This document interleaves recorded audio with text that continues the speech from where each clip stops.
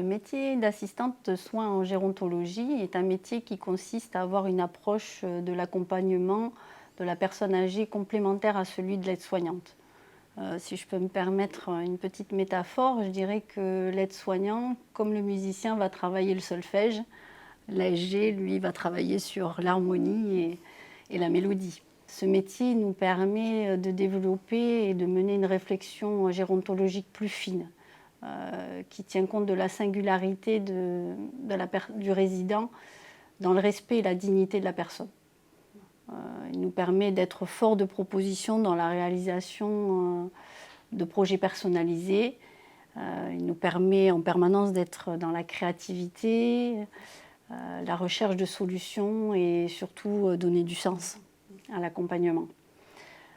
Il nous permet d'acquérir également une connaissance plus profonde des techniques de soins et des méthodes de communication qui amènent à éviter une prise de médicaments qui ne serait pas nécessaire forcément. Et l'approche, je dirais que l'approche sensorielle est riche et la mémoire émotionnelle est la seule qui ne disparaît pas. Donc c'est important de la raviver.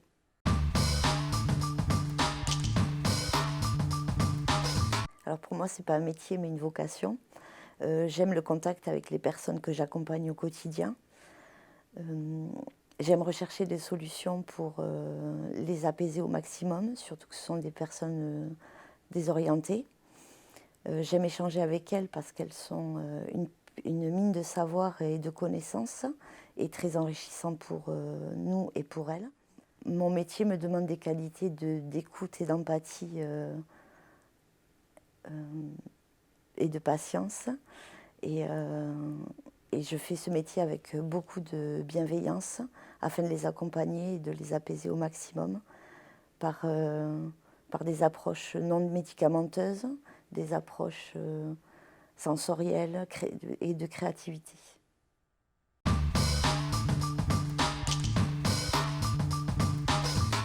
La formation est un apport de connaissances supplémentaires et essentiel à un accompagnement bien traitant.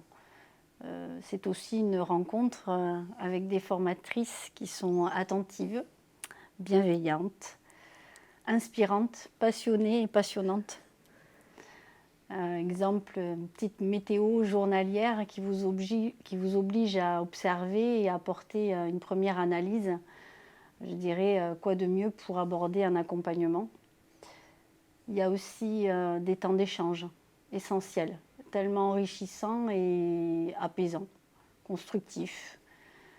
Des moments ludiques qui donnent de la vie à cette formation et la vie est au cœur de notre accompagnement. On y a pu y faire des jeux de rôle, des soins bien-être, une approche du conte, des lunettes qui vous donnent la pathologie, une simulation de pathologie existante. Une approche vraiment et un regard critique et une réflexion sur soi. Cette formation, elle vous montre sans cesse la voie du donner du sens à l'accompagnement.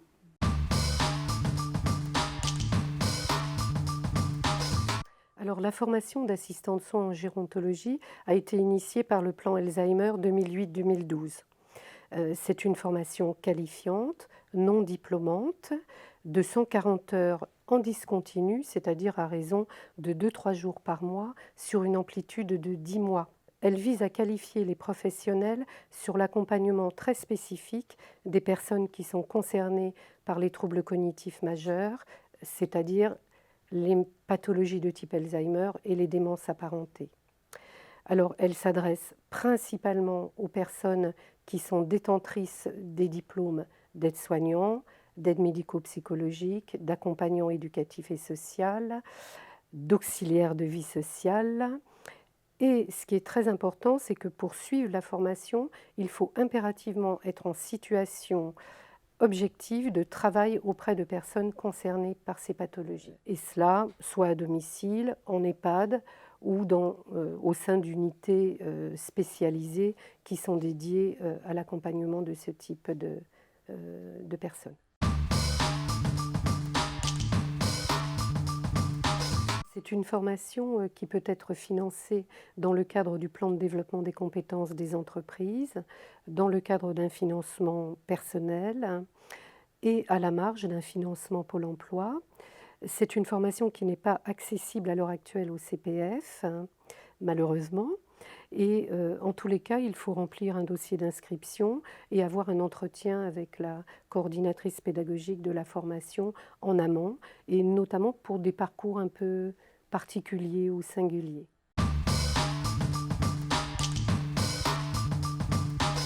Alors des objectifs, il y en a beaucoup, donc je vais peut-être faire le choix de quelques-uns pour notre échange.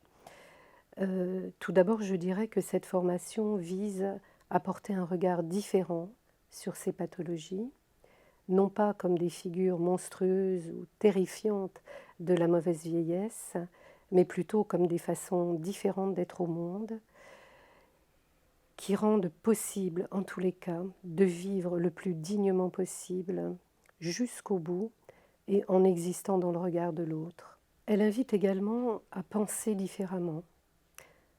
Je dirais penser avec un E, mais aussi avec un A, à placer au cœur de sa pratique la réflexivité, la question du sens, qui est fondamentale, la créativité et bien sûr le centrage sur la personne.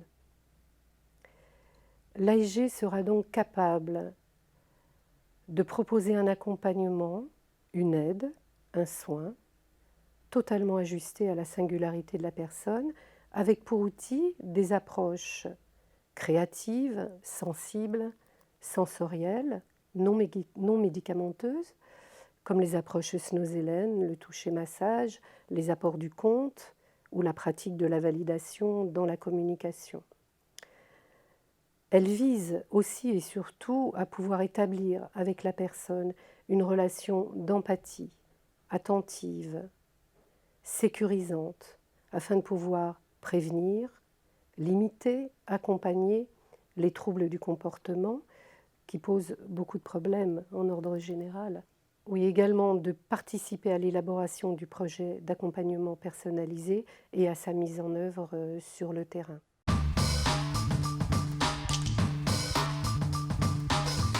Dans cette formation, nous privilégions les méthodes pédagogiques interactives, participatives et expérientielles. Nous organisons beaucoup d'ateliers qui visent à se mettre à la place de la personne accompagnée afin de pouvoir éprouver l'accompagnement qui lui est proposé. Et puis aussi des ateliers pour expérimenter les approches sensorielles, notamment les approches snozélènes, la pratique du conte, le toucher-massage. Donc des ateliers qui permettent d'en éprouver la pertinence, mais surtout d'être en capacité de les mettre en œuvre sur le terrain dans sa pratique professionnelle. Et puis nous invitons chaque collègue stagiaire à travailler sur la rédaction d'un micro-projet tout au long de la formation qui permet d'éclairer une problématique rencontrée dans sa pratique sur le terrain.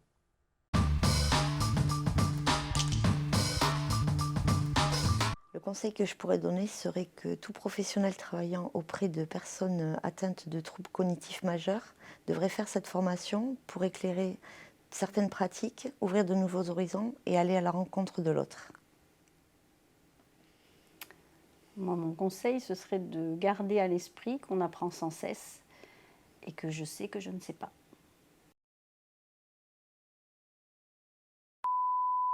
Le point fort de la formation est un... Pardon.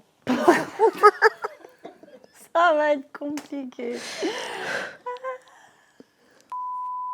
Alors, les points forts de la... Coupé. Ça va être très dur. Voilà, c'est trop petit, je vois pas. Non, le premier, ça y était, mais alors après, je suis perdue dans les mots. Voilà.